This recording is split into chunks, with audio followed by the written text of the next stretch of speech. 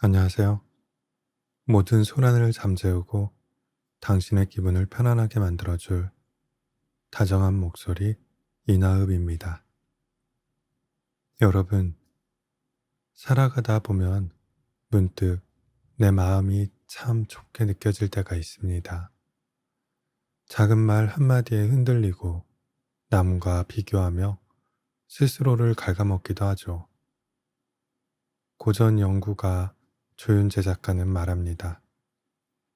어른이 된다는 건 나이를 먹는 것이 아니라 내 마음의 그릇을 넓혀가는 과정이라고요. 오늘은 사서성경과 다산의 문장에서 길어올린 지혜로 우리의 말과 생각, 태도를 정화하는 시간, 어른의 그릇을 함께 읽어보려 합니다. 지친 하루 끝 여러분의 마음을 단단하게 채워줄 이 책의 문장들의 귀를 기울여 보세요. 그럼 시작합니다.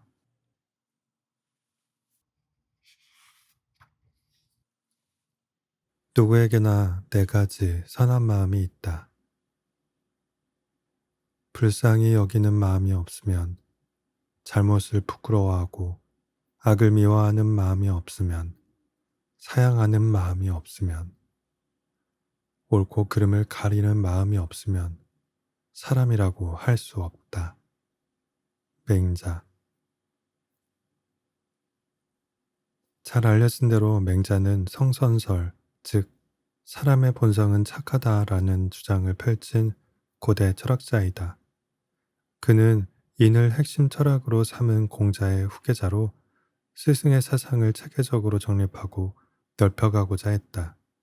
맹자에는 선한 본성을 잃어버리고 살아가는 사람들의 현실과 그에 대한 안타까움, 그리고 선한 본성을 회복하라는 가르침이 많이 나온다. 예문은 공손 추장구상에 실린 글로 실로 핵심적인 구절이라 할 수 있다. 불쌍히 여기는 마음이 없으면 사람이라고 할 수 없다는 말은 지나치게 단호하고 단정적으로 보이기도 할 것이다. 하지만 맹자는 고난의 춘추전국 시대를 겪는 백성들을 측은히 여기며 그들을 사랑으로 품은 정신적 지도자였다. 다소 거칠어 보여도 그 바탕에는 깊은 사랑이 깔려 있다. 예문이 속한 문장의 전문을 살펴보자. 어린아이가 우물로 들어가는 것을 보았을 때 누구라도 깜짝 놀라며 불쌍히 여기는 마음을 가진다. 이는 그 부모와 가까이 할 마음이 있어서도 아니고 주위 사람으로부터 명예를 얻기 위함도 아니며 나쁜 평판을 두려워해서도 아니다.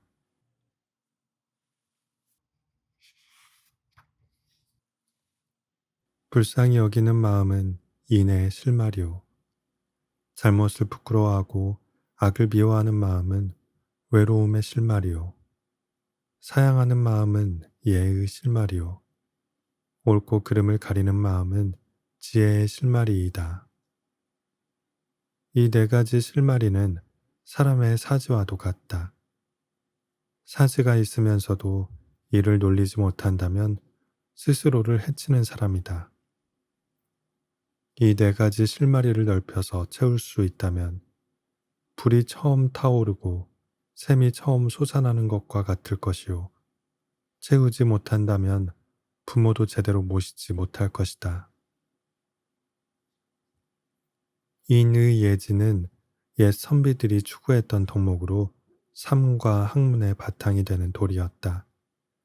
물질과 변화가 아무리 중요한 시대라 해도 인륜과 도덕은 개인과 사회가 지켜야 할 원칙이라는 데에 이의를 제기할 수 없을 것이다. 사람을 사랑하고 올바른 삶을 살기 위해 노력하고 예의와 배려로 다른 사람을 대하고 지식과 지혜로 자신과 세상을 이롭게 하는 것은 시대를 막론하고 우리의 삶을 지키는 원리이다. 맹자는 바로 이런 인의의 질을 실천하기 위한 바탕이 하늘로부터 부여받은 네 가지 선한 마음, 즉 측은지심, 수호지심, 사양지심, 시비지심이라고 보았다. 자신의 선한 본성을 잘 지키는 사람은 인의해지의 태도가 자연스럽게 겉으로 드러나고, 자신의 선한 본성을 훼손시킨 사람은 올바른 삶을 살지 못하게 된다는 말이다. 맹자는 이와 더불어 어떤 삶을 살 것인가, 어떤 그릇이 될 것인가는 모두 자신에게 달렸다고 보았다. 누구나 선한 본성을 하늘로부터 받았기에 선한 삶을 살아가기 위한 바탕은 자기 안에 있다. 단지 강력한 물질의 유혹과 욕심에 굴복하며 선한 본성을 스스로 잃어버리고 있을 뿐이다. 하지만 그런 유혹 속에서도 자신의 마음을 굳건하게 지켜내는 사람도 있다. 모두가 자기 선택에 달려 있다.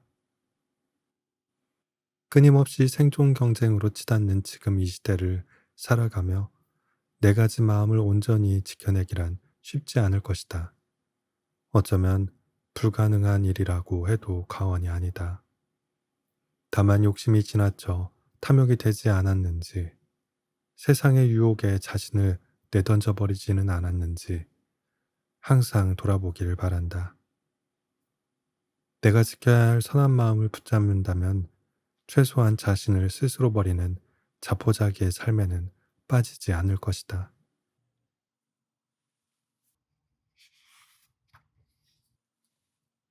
비워낸 마음엔 자유가 찾아온다.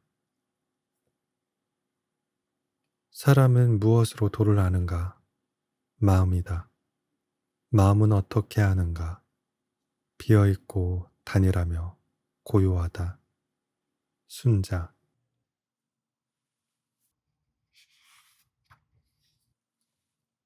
도는 옛 선비들이 따르고자 했던 바른 길이다.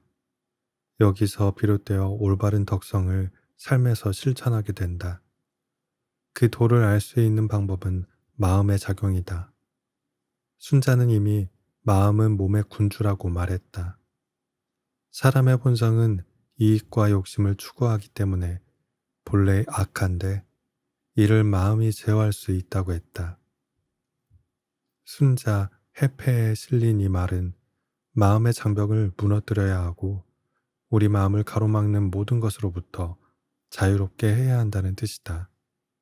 선입견, 편견을 비롯한 왜곡된 감정에서부터 중독이나 충동과 같은 마음의 집착, 우울증이나 불안감과 같은 마음의 병에 이르기까지 우리는 모두 이러한 상태에서 벗어날 필요가 있다. 이는 오늘날 신경정신과에서 흔히 다루는 증상들이기도 하다. 순자는 이러한 마음의 문제들에 대해 자신만의 해법을 제시한다. 그는 먼저 바람직한 마음의 상태로 허, 일, 정 세 가지를 든다. 허는 말 그대로 비어있는 상태다. 마음을 비운다는 뜻은 욕심이나 이익 그리고 유혹에서 벗어난 상태를 말한다. 마음을 비움은 감정에서 자유로운 상태를 포함한다. 마음을 어지럽히는 여러 감정들, 갖고자 하는 욕심에서 벗어나 흔들리지 않는 마음을 유지하는 것이다.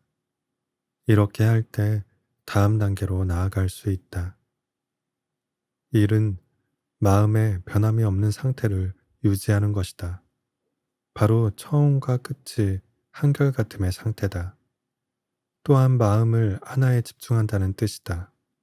무엇을 이루고 싶은 마음이 있다면 오직 그것에 집중해야 한다. 얘기에 나오는 입지귀전일, 뜻을 세우려면 마음을 하나에 집중하는 것이 가장 중요하다는 성어가 그것인데, 도를 아는 수양의 과정에서도 마찬가지이다. 오직 한결같음을 유지해야 도에 근접할 수 있다. 마지막으로 정이다. 대학 경 1장에도 마음이 안정되고 잠잠하지 않으면 큰 일을 이룰 수 없다라며 마음의 고요함에 대해서 말하고 있다. 무언가를 이루기 위해서는 반드시 바른 곳에 멈춰야 하고 마음이 정해져야 한다. 그러면 마음이 고요한 상태를 유지할 수 있다. 순자는 이렇게 가르쳤다. 사람은 나면서부터 지능을 지니며 지능이 있기에 기억한다. 기억한다는 것은 저장한다는 것이다. 그러나 또한 비어 있는데 이미 저장하고 있는 것으로 장차 받아들일 것을 해치지 않음을 비어 있음이라고 한다.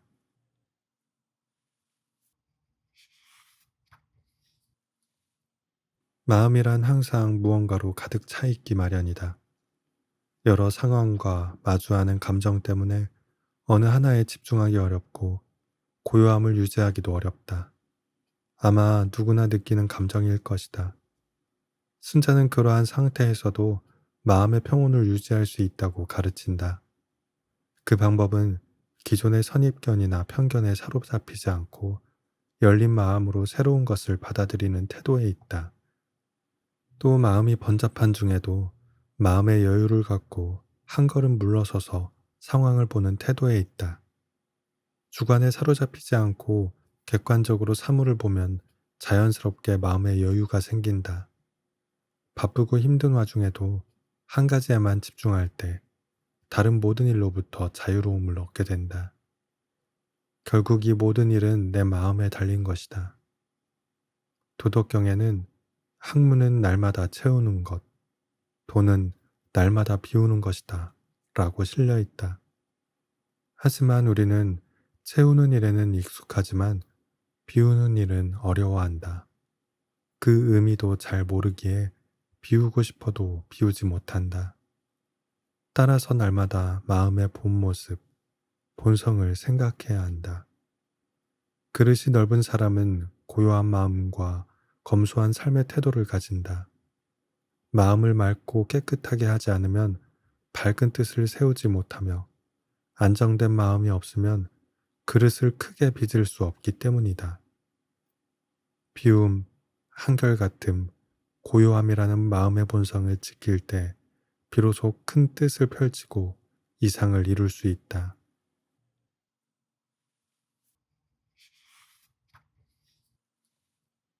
마음이 열리면 모든 것을 보게 된다.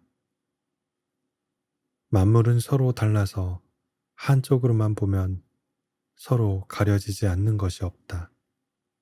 그것이 마음의 공공연한 문제다.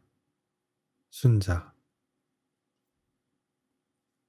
우리는 진실을 알고 싶어 한다. 사물이나 현상을 정확히 보고 싶고 그 내면에 감춰진 사실에 대해서도 알고 싶다. 특히 가까이 있는 사람의 내면을 읽을 수 있는 능력은 오늘을 살아가는데 중요한 덕목으로 꼽힌다. 이는 예전에도 마찬가지였는데 옛 고전들은 사람을 알아야 훌륭한 지도자가 될 수 있다고 강조한다. 순자의 임금의 도는 사람을 잘 알아보는 것이고 신하의 도는 일을 잘 아는 것이라는 말이 그것을 정확하게 말해준다.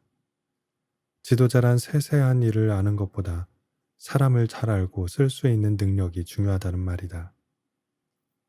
그 중에서 가장 먼저 알아야 할 사람은 자신이다. 스스로를 안다면 자신의 장점뿐만 아니라 단점, 성품까지 모두 솔직하게 볼 수 있다. 무엇보다도 자신이 하늘과 땅과 함께 가장 소중한 존재임을 인식할 수 있어야 한다. 그리고 이는 다른 사람들에게도 마찬가지로 적용된다. 자신이 소중한 만큼 다른 사람도 소중한 존재임을 알고 합당하게 대해야 한다. 하지만 대부분 그렇게 하지 못하는데 이는 모두 마음의 문제라 할 수 있다. 순자는 사물의 현상이나 눈앞의 사람을 정확하게 보지 못하는 이유는 자기 마음의 연약함 때문이라고 말했다. 그리고 그 심각한 폐해를 이렇게 말한다.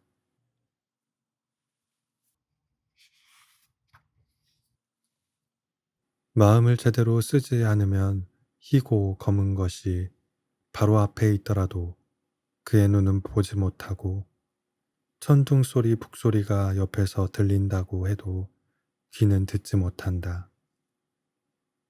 하물며 마음이 딴 것에 불임을 받는 사람은 어떻겠는가? 올바른 사람을 나라를 어지럽히는 임금이 비난하고 집안을 어지럽히는 사람이 아래에서 비난한다면 어찌 슬픈 일이 아니겠는가? 오늘날 심리학 이론이 말하는 확증 편향과 같은 이치다. 확증 편향이란 자신의 가치관이나 신념, 판단 따위와 부합하는 정보에만 주목하고 그 외의 정보는 무시하는 사고방식을 말한다. 바로 이러한 마음 때문에 나라가 흔들린다고 순자는 주장한다. 여기서 더 나아가 자존심이나 질투 따위의 감정이 작용하게 되면 의도와는 상관없이 마음이 막히게 된다. 이것은 옳고 그름과는 관계가 없다. 설사 정의를 추구하고 옳은 길을 가려고 하더라도 그것에만 집착한다면 오히려 마음은 잘못된 길로 갈 수밖에 없다. 내 그릇 또한 작아질 뿐이다. 욕심은 사람이라면 누구나 있는 본능과도 같다. 욕심에는 옳지 않은 것과 옳은 것이 있다. 자기 이익을 채우기 위해 수단과 방법을 가리지 않고 재물이나 지위 등에 탐닉하는 것은 탐욕으로 이는 옳지 않은 욕심이다. 하지만 도덕성을 높이기 위한 노력, 내가 가진 것을 남에게 베풀려고 하는 마음으로 선행에 애쓴다면 올바른 욕심이라고 할 수 있다. 하지만 선한 욕심을 부리는 데에도 중용의 도가 필요하다. 순자는 또 이렇게 말했다. 그러므로 욕심에 가려지기도 하고 미워하는 마음에 가려지기도 하고 일을 시작한다는 의욕에 가려지고 일을 끝내려는 조바심에 가려지고 멀리 있다는 생각에 가려지고 가까이 있다는 생각에 가려지기도 하고 넓다는 생각, 가깝다는 생각, 깊다는 생각, 얕다는 생각, 옛 생각, 지금의 생각에 가려지기도 한다. 그 외에도 순자는 마음을 가리는 많은 것들을 말했는데 공감이 간다. 먼저 우리 마음을 흔드는 감정은 좋아하고 미워하는 감정이다. 우리 속담에 아내가 예쁘면 처갓집 울타리도 예쁘다라는 속담이 있다.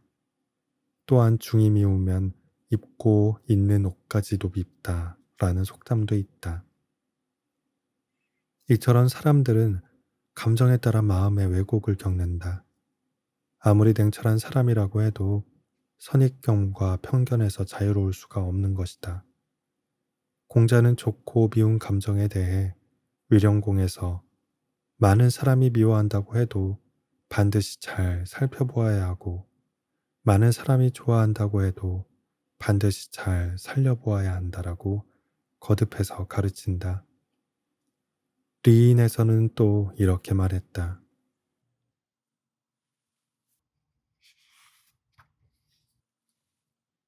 오직 인한 사람만이 남을 좋아할 수도 있고 남을 미워할 수도 있다. 평상시 살면서 좋아하고 미워하는 감정을 쉽게 절제하기는 어렵다. 하지만 선악의 기준은 바로 세워야 한다. 좋아하고 싫어하는 취향에 의해 선악의 기준이 좌우되면 우리는 자신을 제어하기 어렵다. 반면 마음이 가려지지 않는 이점에 대해 순자가 말해주는데 좋은 가르침이 된다. 형체가 있는 것이라면 보이지 않는 것이 없게 되고 보이는 것은 조리가 없는 것이 없으며 조리가 있는 것은 자기 자리를 잃는 일이 없게 된다. 방 안에 앉아서도 온 세상을 볼 수 있게 되고 현재에 살면서 먼 옛일을 논할 수 있게 된다. 만물을 꿰뚫어 보아 그 실상을 알게 되고 다스려지고 어려워지는 일을 참고하고 고증의 그 법도에 통달하게 된다. 올바른 도리와 순리에 따라 살아가되 삶의 매 순간마다 그 길이 바른지 자신을 돌아보아야 한다. 너무 의욕에 넘치지는 않았는지, 빠른 결론을 내기 위해 조바심을 내지는 않았는지, 너무 느긋하거나 옛날 사고방식에 사로잡혀 정작 오늘의 나를 잃어버리고 있지는 않는지를 염두에 두어야 한다.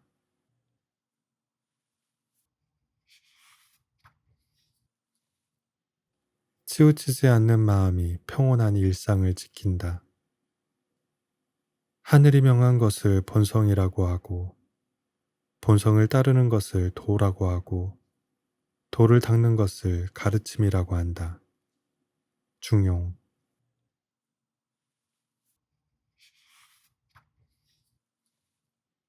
지나침은 모자란 것과 같다라는 과유불급은 공자가 두 제자 자장과 자하를 비교하며 중용의 이치를 가르친 말이다.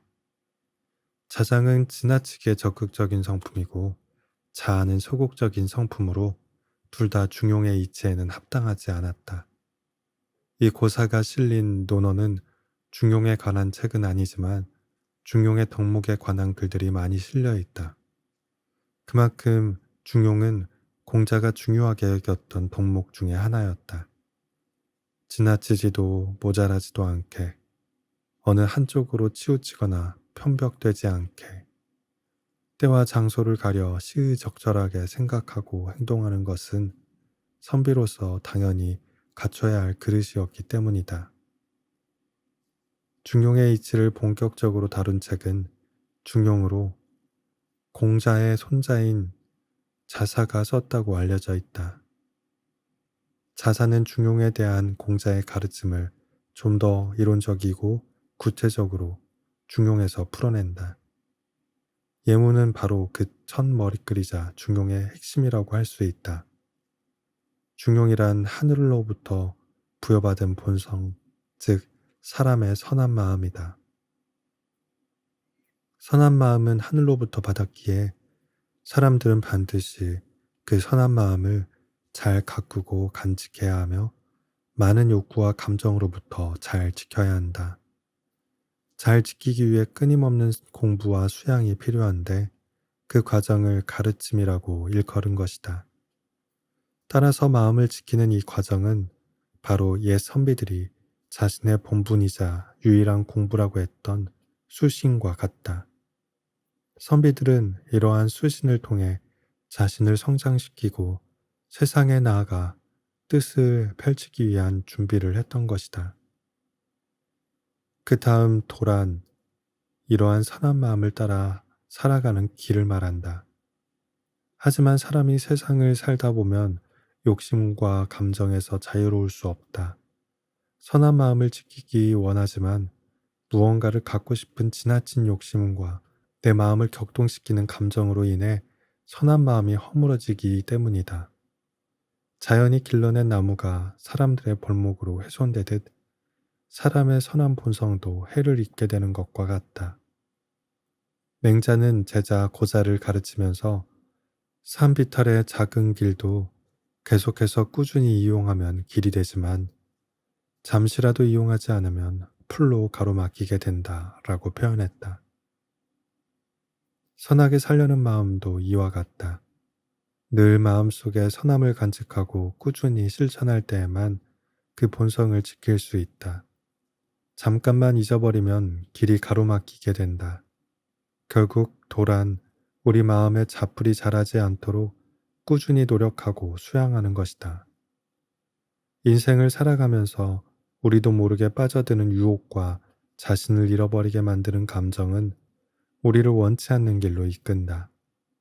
이때 길을 안내하는 이정표가 필요하다. 이정표는 때로는 사람으로, 때로는 책으로, 때로는 우연히 겪은 일로서 우리를 자각하게 해준다. 스스로 어디에 있는지를 일깨워주는 이런 가르침에 민감하게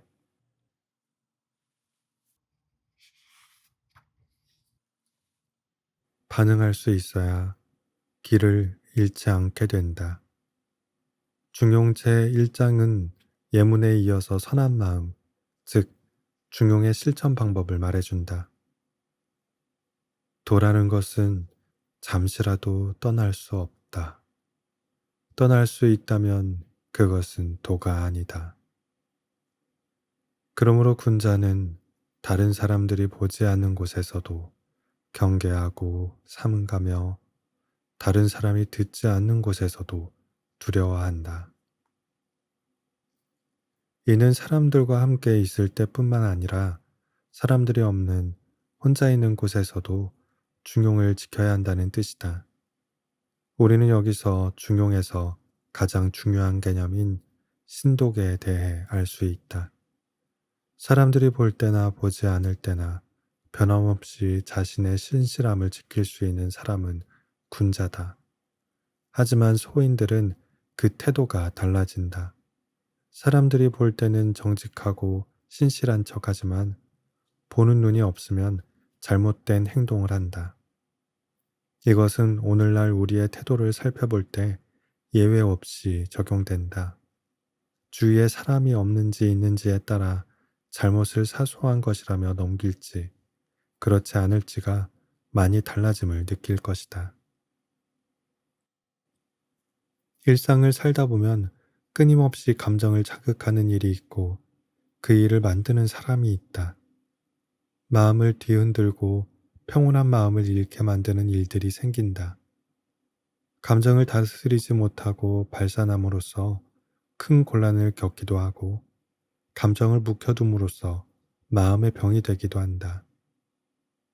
감정을 다스리려면 먼저 그 감정이 드러나기 전의 상태, 즉 평상시의 마음을 다스리는 것이 우선이다. 평상시 마음을 악함에 치우쳐 있거나 사욕 때문에 욕심에 치우쳐 있거나 삐뚤어진 마음 때문에 편견과 선입견에 사로잡혀 있다면 외부의 반응에 조화롭게 대응할 수 없다. 치우치지 않는 마음이 평온한 일상을 지킨다. 내 그릇 또한 감정에 뒤흔들리는 불안한 상태가 아니라 평온함에 머물 때 단단해지고 쓸모가 생긴다.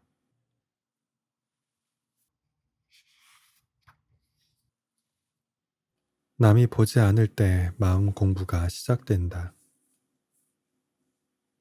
그대가 방에 홀로 있을 때에도 살펴야 하니 이때는 방구석에도 부끄러움이 없어야 한다. 드러나지 않는 곳이라 하여 보는 이가 없다고 하지 마라. 시경. 공자는 논어에서 시 300편을 한마디로 말하면 사사로움이 없다라고 했다. 공자가 편찬했던 시경에 실린 시 300편은 거의 모두가 일반 백성들의 애환과 고초, 현실에 대한 비평 등을 아무런 꾸밈 없이 담은 것이다. 강직한 신하들은 자기가 모시는 임금을 비유를 통해 간언하고 비판하기도 했다. 시에는 소위 배운 자들의 교만이나 권력자들의 간사함이 담겨 있지 않기에 공자는 사사로움이 없다고 표현했을 것이다. 거기에는 거칠지만 꾸밈없는 인생 교훈이 담겨 있고 정교하지는 않지만 깊은 함의가 있어 많은 후대의 철학자들이 교훈으로 삼았다.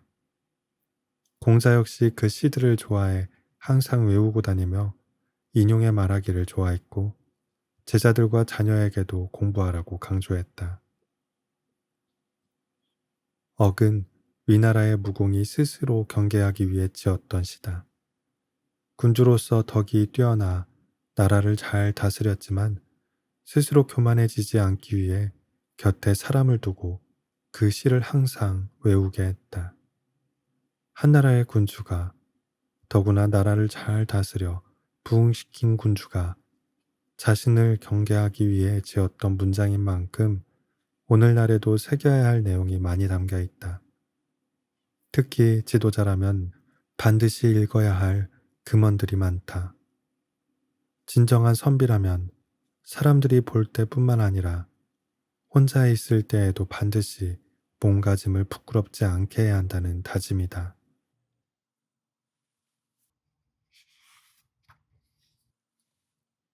이 글은 특히 후대의 많은 선비들이 수양의 기준으로 삼았다. 신중하고 반듯한 처신은 사람과 함께 있을 때나 혼자 있을 때나 변함없이 행할 수 있어야 한다. 보는 눈이 있을 때는 예의를 차리지만 아무도 보지 않으면 저질스럽고 천박한 미천이 드러나는 사람은 결코 존경받을 만한 인물이 되지 못한다. 사람들 앞에서의 행동이 가식이나 거칠에 불과하기 때문이다.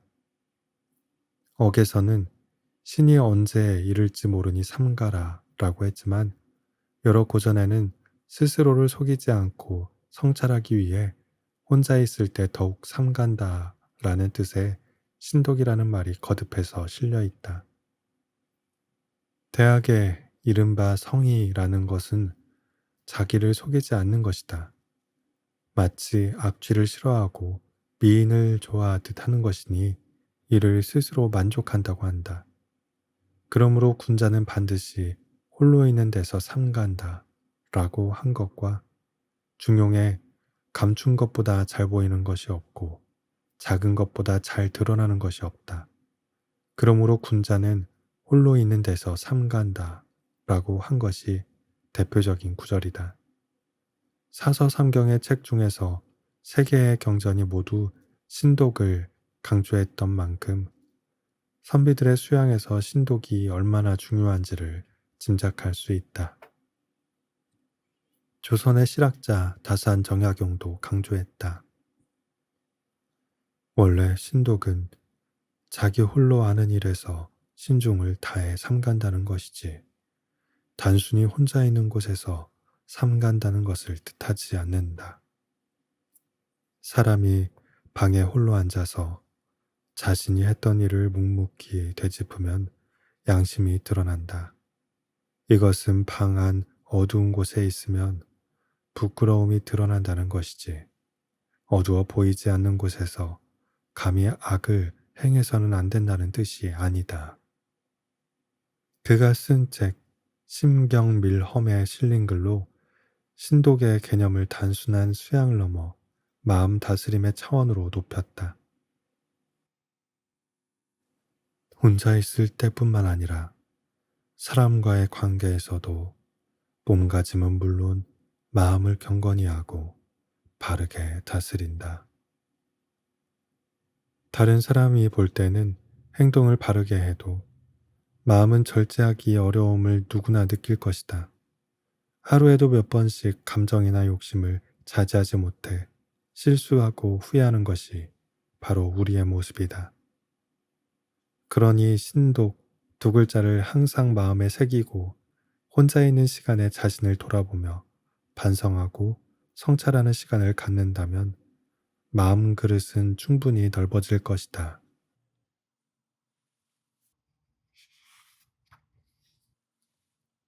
마주하는 모든 사람을 나의 거울로 삼으라.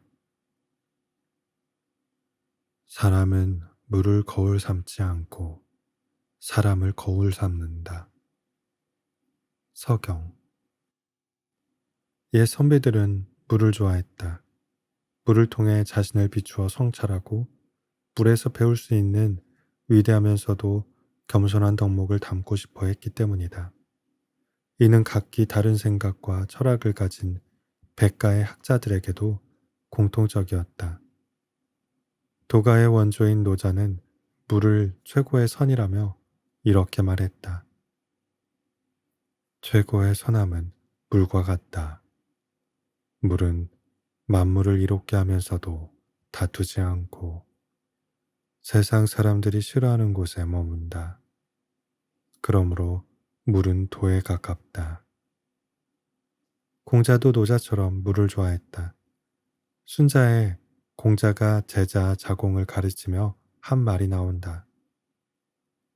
물은 모든 생물에게 두루 비치면서도 마치 아무것도 한 것 같지 않으니 그것은 곧 덕이 있는 사람과 같다. 낮은 곳으로 구불구불 흐르면서도 이치에서 벗어나지 않으니 의로운 사람과 같다. 계속 솟아나오면서도 다함이 없으니 돌을 깨친 사람과 같다.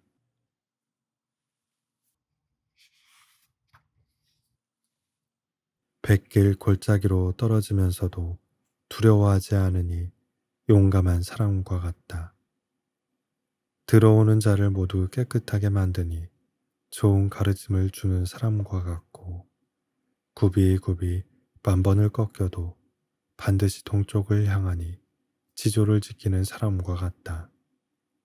그래서 군자는 큰 물을 볼 때 반드시 깊이 관찰한다. 어느 한 곳 모자람 없이 최고의 경지에 다다른 성인을 물에 비유했다. 이러한 물의 성품을 보면서 공자는 물을 담기 위해 끊임없이 성찰하고 자신을 성장시켰다. 또한 공자는 논어에서 지자는 물을 좋아하고 인자는 산을 좋아한다 라고도 했다. 물은 반드시 낮은 곳으로 향한다. 웅덩이를 만나면 다 고인 후에야 흘러가고 막힌 곳이 있으면 둘러서 간다. 어떠한 상황에서도 고정되지 않고 적절하게 변화하며 상황을 해결한다. 지혜로운 모습이다. 산은 언제나 변함없이 자리 잡고 있어서 새와 짐승을 품는다. 세상을 떠나 자연 속에서 살고자 하는 사람에게도 넉넉하게 살 수 있는 터전을 준다. 그래서 지혜로운 사람과 인한 사람은 각각 물과 산을 사랑하는 것이다. 여기에 덧붙여 물의 이점 하나는 바로 물을 통해 자신의 외모와 내면을 다듬는 것이다. 거울이 흔치 않았던 옛날 사람들은 물을 거울로 삼기도 했다. 또 공부와 수양을 하던 선비들은 물에 자기 얼굴을 비춰봄으로써 자기 내면을 살필 수 있었다. 자기 얼굴을 비춰보면서 자신의 본 모습을 보고 내면의 소리를 들은 것이다. 이때는 주로 잘못된 일에 대한 반성을 하고 삶에 대한 성찰을 한다. 반면 서경, 주고는 다른 주장을 한다. 물이 아니라 사람을 거울 삼아야 한다는 것이다. 주공이 술에 취해 방탕한 것으로 정평이 난 매나라의 아우인 강숙을 봉하면서 이렇게 경계하며 말했다. 하늘이 우리를 꾸짖은 까닭은 우리 백성이 크게 어지러워져서 덕을 잃었기 때문인데 언제나 그 원인이 술이었다. 또 크고 작은 나라가 망하게 되는 까닭도 언제나 술 때문이었다. 사람이 덕을 잃는 것도 나라가 망하는 것도 모두 술에 기인한다는 말이다. 주공은 술 때문에 망했던 은나라의 예를 더든다. 봉이여, 내가 듣기로는 옛날 은나라의 어진 임금들은 하늘을 두려워하고 어리석은 백성들을 살펴서 덕을 쫓고 어진 마음을 지켰다고 한다. 그 뒤를 이은 주왕은 언제나 술이 몸에 배어서 그의 명령이 백성에게 밝혀지지 않았다. 은나라는 원래 훌륭한 왕으로 꼽혔던 탕왕의 나라이기도 했다. 탕왕은 우리가 잘 아는 진실로 새롭게, 날마다 새롭게, 또 새롭게를 세수대야에 새겼던 왕이다. 세수대야에 담긴 물을 보며 지도자로서의 자신을 돌아보았다. 이때 은나라는 전성기를 구가했지만 훗날 방탕한 주왕이 등극하면서 나라가 망하고 만다. 사람을 거울로 삼으라는 말은 바로 이런 역사에서 배우라는 뜻이다. 이 글은 왕에게 이르는 말이지만 일상에서도 충분한 의미가 있다. 곁에 있는 사람, 항상 대하는 사람이 우리의 거울이 된다.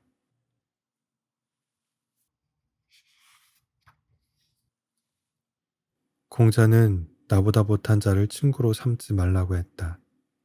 이는 이익을 추구하는 얄팍한 처세술을 뜻하는 말이 아니라 함께 덕을 닦아 바른 길을 갈 수 있는 사람을 사귀라는 말이다. 또 다른 의미는 항상 대하는 사람들로부터 나 자신의 행실을 돌아보라는 뜻이다. 사람들과 교류하고 함께 일하면서 그들에게서 배움을 얻지 못한다면 나를 바로잡고 성장시킬 배움의 기회를 얻기 힘들다. 성찰의 시간은 반드시 혼자 있는 시간에 국한되지 않는다.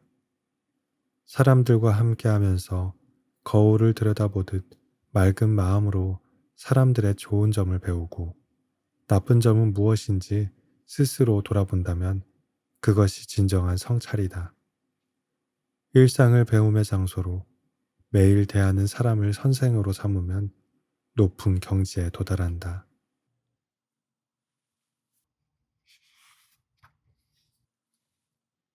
마땅히 근심할 만한 것을 근심하라.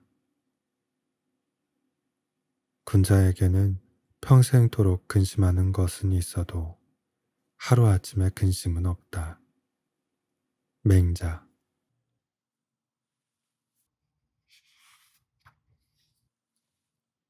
사람은 하루에 5만 가지 생각을 다 한다고 한다. 일상이 모두 선택의 연속이기에 어떤 결정을 하기 위해서는 당연히 생각이 뒤따른다. 하지만 안타깝게도 그중 대부분은 쓸데없는 생각, 헛된 공상에 그친다. 무엇보다도 많은 생각들이 부정적이라서 문제다. 특히 쓸모없는 근심과 걱정이 많다. 눈앞에서 벌어지는 현상에 일희일비하기 때문에 벌어진다. 작은 일에도 두렵고 근심이 앞서 정작 중요한 일, 중요한 생각에는 마음을 쓰지 못한다. 이에 대해 논어에서는 군자는 평온하고 너그럽지만 소인은 늘 근심하며 두려워한다.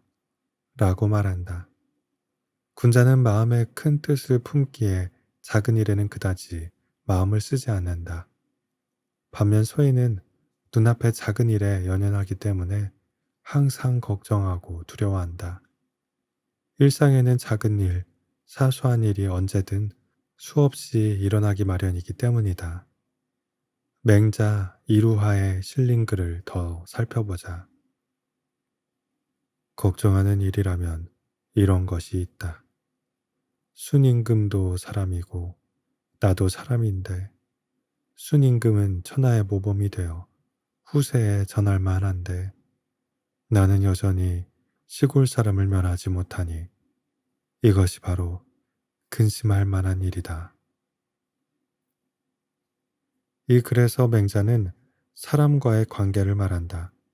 우리가 겪는 일상의 근심은 대부분은 사람과의 관계에서 비롯된다. 그 이유는 대부분 내가 손해를 보지 않으려는 마음과 자존심 때문이다. 맹자는 이런 사소한 근심이 아니라 미래를 위해 더 큰 근심을 하라고 말한다. 그 해답은 이렇다. 군자가 다른 사람과 다른 점은 마음을 보존하는 것이다. 군자는 인을 마음에 보존하고 예를 보존한다. 인한 사람은 다른 사람을 사랑하고 예가 있는 사람은 다른 사람을 공경한다. 남을 사랑하는 사람이라면 남들도 그 사람을 사랑하고 남을 공경하는 사람은 남들도 그 사람을 공경한다. 군자는 마음에 사랑과 배려가 있기에 사람과의 관계에서도 이를 바탕으로 행동한다. 당연히 다른 사람을 사랑하고 공경하기에 다른 사람도 그를 공경한다. 그 덕분에 사소한 다툼과 분쟁이 일어나지 않는다. 하지만 사람이라고 모두 같지 않다.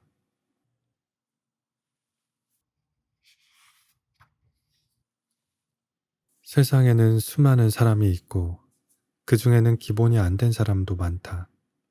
베풀어도 은혜를 모르고 갚을 줄도 모르는 사람이다. 만약 이런 사람이 곁에 있다면 어떻게 해야 할지 그 해답을 맹자가 말해준다. 어떤 사람이 나를 함부로 대한다면 군자는 반드시 스스로 반성한다. 나에게 분명히 어질지 못한 점이 있고 무례한 행동을 했을지도 모른다고 생각한다. 그런 마음으로 상대를 대했는데도 상대의 태도가 그대로라면 군자는 다시 한번 반성한다. 다시 충실하게 상대를 대했는데도 상대가 변함이 없다면 군자는 이렇게 말해도 된다. 이 사람은 망령된 사람에 불과하다. 금수와 분간할 수 없으니 금수를 누가 비난하겠는가. 상대가 나에게 무례하다면 먼저 자신을 돌아본다. 두 번에 걸쳐 자신을 반성하고 고쳤는데도 무례함이 여전하다면 그 사람은 포기해야 할 사람이다. 선을 선으로 받지 못하는 사람은 악한 사람일 따름이고 짐승과 다를 바 없는 사람이기에 상종할 필요가 없다. 이어서 맹자는 군자가 해야 할 큰 근심에 대해 이렇게 말한다. 근심스러우면 어떻게 해야 할까? 순임금과 같아지려고 할 뿐이다. 군자라면 사소한 근심은 없다.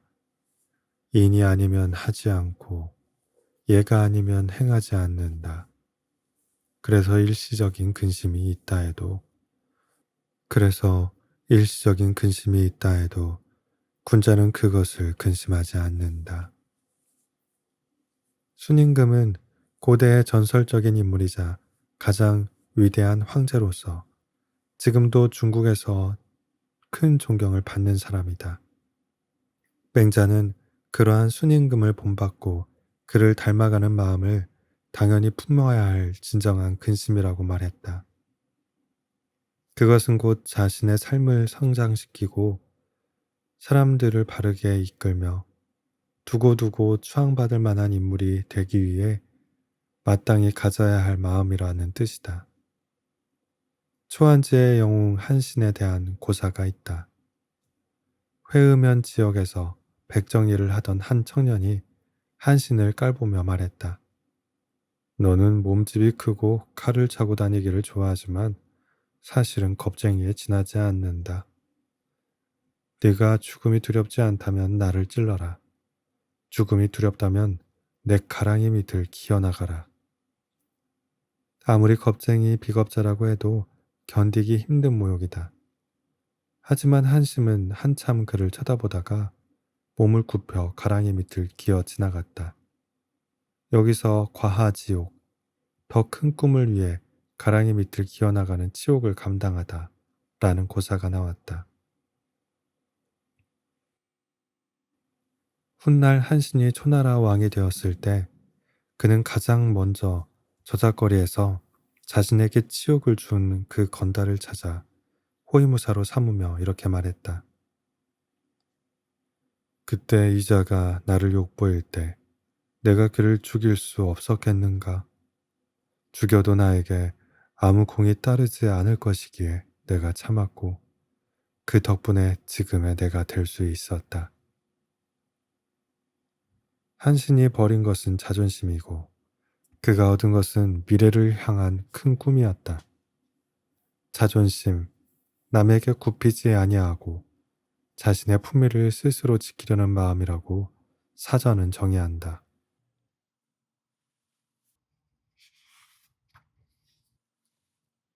하지만 우리는 자존심이 상했을 때 오히려 품위를 버리는 행동을 하는 경우가 많다.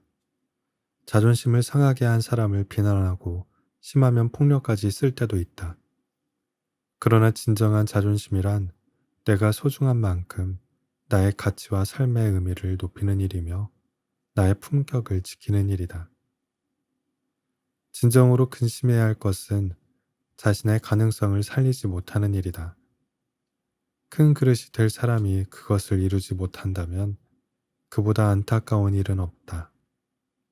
따라서 그런 근심이 바로 평생을 두고해야 할 근심이다. 우리는 모두 높은 이상을 품고 그것을 달성하기 위해 노력한다. 하지만 쉬운 일은 아니다. 학문과 수양은 물론 어떤 일을 하더라도 항상 무언가 마음을 뺏기는 일이 생기고 번잡하고 복잡한 상황과 관계에서 헤어나오기 어렵다. 그때 바로 나 자신에게 이렇게 질문하라. 나는 무엇을 근심하고 있는가?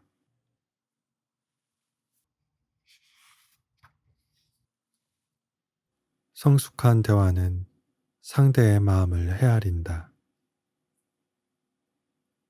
다른 사람의 마음을 내가 헤아린다. 시경.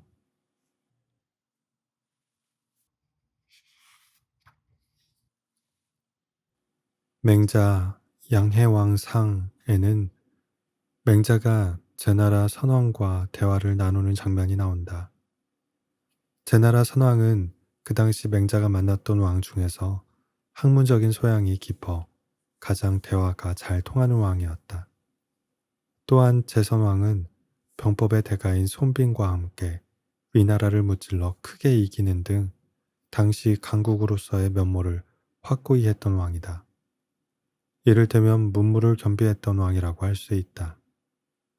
제선왕은 맹자에게 패왕이 되는 방법을 물었고 맹자는 단호하게 자신은 패왕에 대해서는 듣지 못했다고 말하며 굳이 듣고 싶다면 왕도 정치에 대해 말해주겠다고 했다.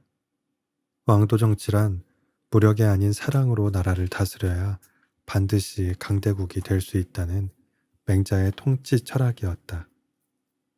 제선왕은 자신처럼 무력을 좋아하는 사람도 왕도 정치를 할 수 있겠냐고 물었고 맹자는 당연히 할 수 있다라고 말하며 예전에 자신이 들었던 왕의 일화를 들려준다.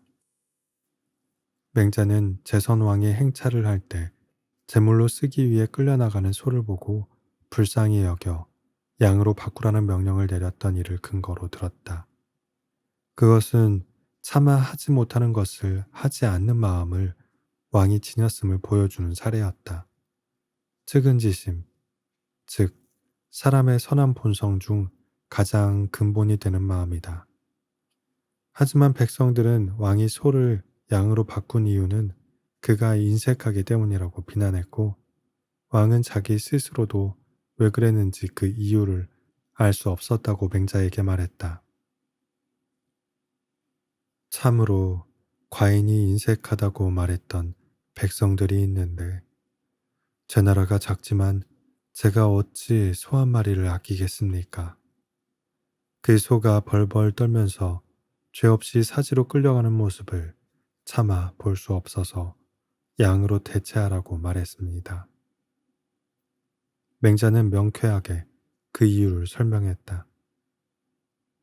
그것이 바로 인을 행하는 방법입니다. 왕께서는 소는 보셨지만 양은 보지 않으셨기 때문입니다. 군자는 살아있는 짐승을 보았다면 그것이 죽는 모습은 차마 보지 못합니다. 또한 그것이 죽어가며 내는 소리를 들었다면 그 고기를 차마 먹지 못합니다. 이런 이유로 군자는 푸죽간을 멀리합니다. 맹자가 한 말에 제선왕은 내심 크게 기뻐하며 물었다. 시경을 보면 다른 사람의 마음을 내가 헤아린다 라고 했는데 바로 선생을 두고 한 말입니다. 내가 그렇게 행하고도 왜 그렇게 했는지 그 까닭을 알 수 없었는데 선생의 말씀을 들으니 내 마음이 비로소 맑아졌습니다. 제선왕이 인용했던 글은 원래 시경 교원에 있는 글이다. 교원은 아첨과 참원 때문에 큰 피해를 입은 대부가 그 폐해를 풍자하여 지은 시다. 논어에도 나오듯이 교묘한 말과 꾸민 얼굴로 사람을 속이는 행동은 올바른 도덕성을 지닌 사람은 하지 않는다.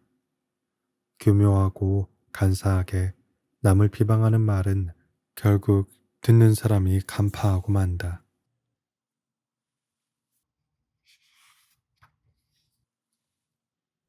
마음으로 말을 들어서 아는 것이다. 교묘한 말, 오고 가지만 마음으로 헤아리네 라는 시도 역시 같은 뜻이다. 오고 가는 말 중에 허풍치는 말, 진실을 감추는 말을 들으면 그 말을 한 사람의 마음이 무엇인지 알 수 있다는 것이다. 논어의 맨 마지막에는 말을 알지 못하면 사람을 알지 못한다 라고 쓰여 있다.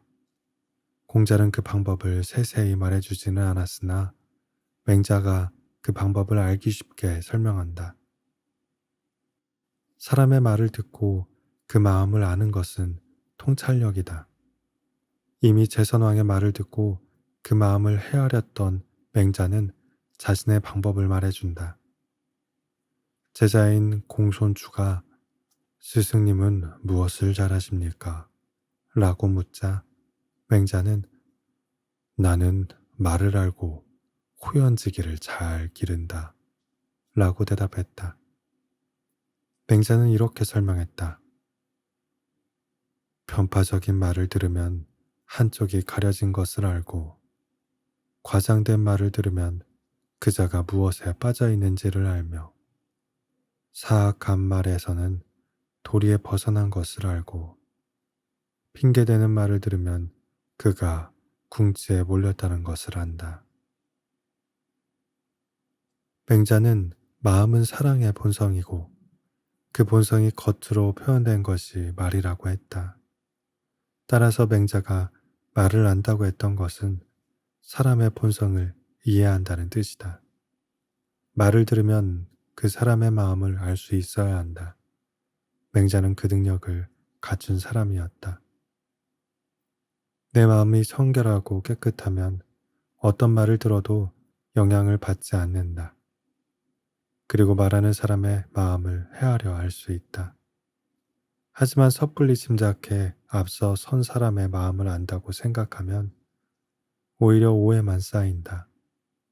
앞서 제선왕과 맹자의 대화가 보여준 것처럼 사람의 마음을 알려면 깊은 이해가 필요하다. 인문고전은 그 바탕을 길러줄 것이다.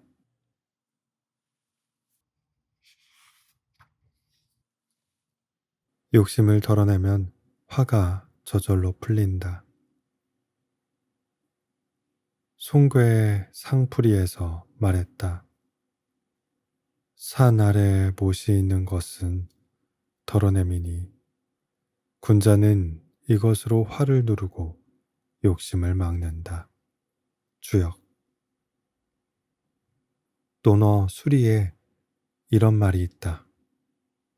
나에게 몇 년의 시간이 더 주어져 50가지 역경을 공부할 수 있다면 인생에 큰 허물은 없을 것이다. 이 말은 학문과 수양에서 최고 경지에 올랐던 공자가 했던 말로 주역이 얼마나 심오한 인생의 철학을 담은 책인지 알 수 있다. 오늘날 우리는 주역을 단순히 점괘에 따라 불행을 피하고 행운만을 취하는 책으로 오해한다. 주역은 좋든 나쁘든 인생을 살면서 우리가 접하는 안 좋은 상황들을 자기 주도적으로 해결할 지혜를 알려준다. 나쁠 때는 더 많은 노력과 수양으로 그것을 해결하고 좋을 때는 겸손과 올바른 처신으로 패망을 막도록 돕는 책이다. 예문은 주역과 상전에 실린 글로 분노와 욕심을 막는 방법을 알려준다. 화를 절제하지 못하는 오늘날 많은 사람에게 가장 필요한 지혜라고 할 수 있다. 과거 높은 수양의 경지에 있는 옛 선비라고 예외는 아니었다. 명도 선생이라고 불리는 북송의 유학자 정호가 말했다. 사람의 감정 중에서 쉽게 일어나 다스리기 어려운 감정은 분노다. 하지만 화가 날 때 얼른 그 화를 잊고 사리의 옳고 그름을 살펴보면 외부의 자극이 사실은 미워할 만한 것이 아님을 알게 된다. 그러면 도를 향하는 마음이 이미 절반은 이루어진 셈이다.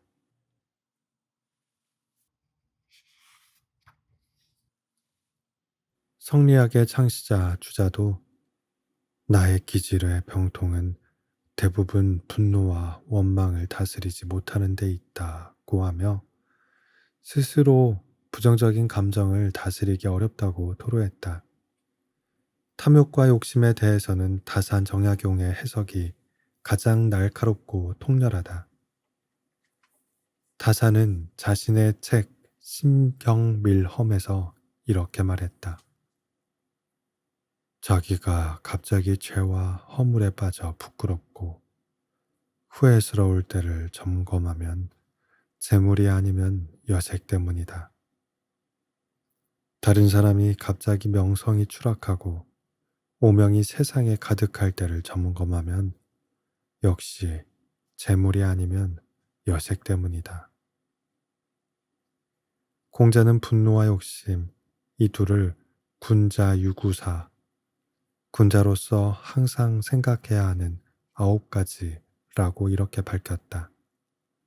그중 끝부분에서 화가 날 때는 어려움을 생각하고 이득이 되는 것을 보면 그것이 의로운지를 생각한다 라고 가르친다. 공자는 화가 날 때 그로 인해 닥칠 곤란한 상황을 먼저 생각해야 한다고 말했다. 분노를 자제하지 못하면 다른 사람에게 피해를 주고 그로 인해 또 다른 문제들이 생긴다.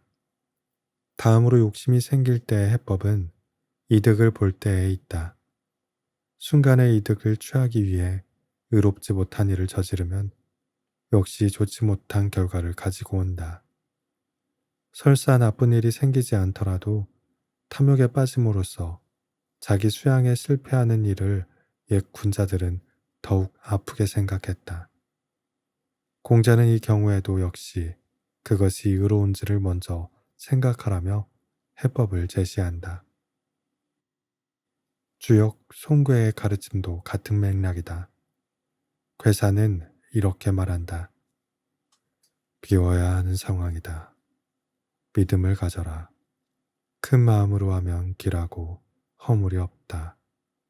바로잡을 수 있으니 가는 바가 있으면 이롭다. 무엇을 제사에 쓰겠는가? 2개의 대그릇으로도 제사를 올릴 수 있다. 단전에는 2대의 그릇이 마땅할 때가 있고 강함을 덜어서 유함에 붙이는 때에도 때가 있다. 덜어내고 덧붙이고 채우고 비우는 것은 때에 맞게 해야 한다. 라고 실려 있다. 괴사와 단전에서 알려주는 것은 바로 중용의 도리다. 화를 절제하지 못하고 욕심 때문에 마음을 잡지 못할 때 해야 할 일은 나 자신을 돌아보는 것이다. 하지만 있는 그대로 나 자신의 모습을 돌아보는 일은 결코 쉽지 않다. 옛 선인들이 계속해서 수양을 반복하는 이유가 바로 그 때문이다. 도덕경에는 이렇게 실려 있다.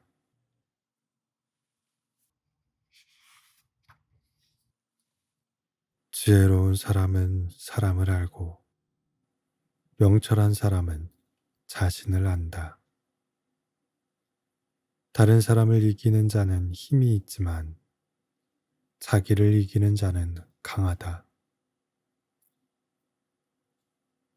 자신을 알고 화를 이겨내기란 무척 어려운 일이다.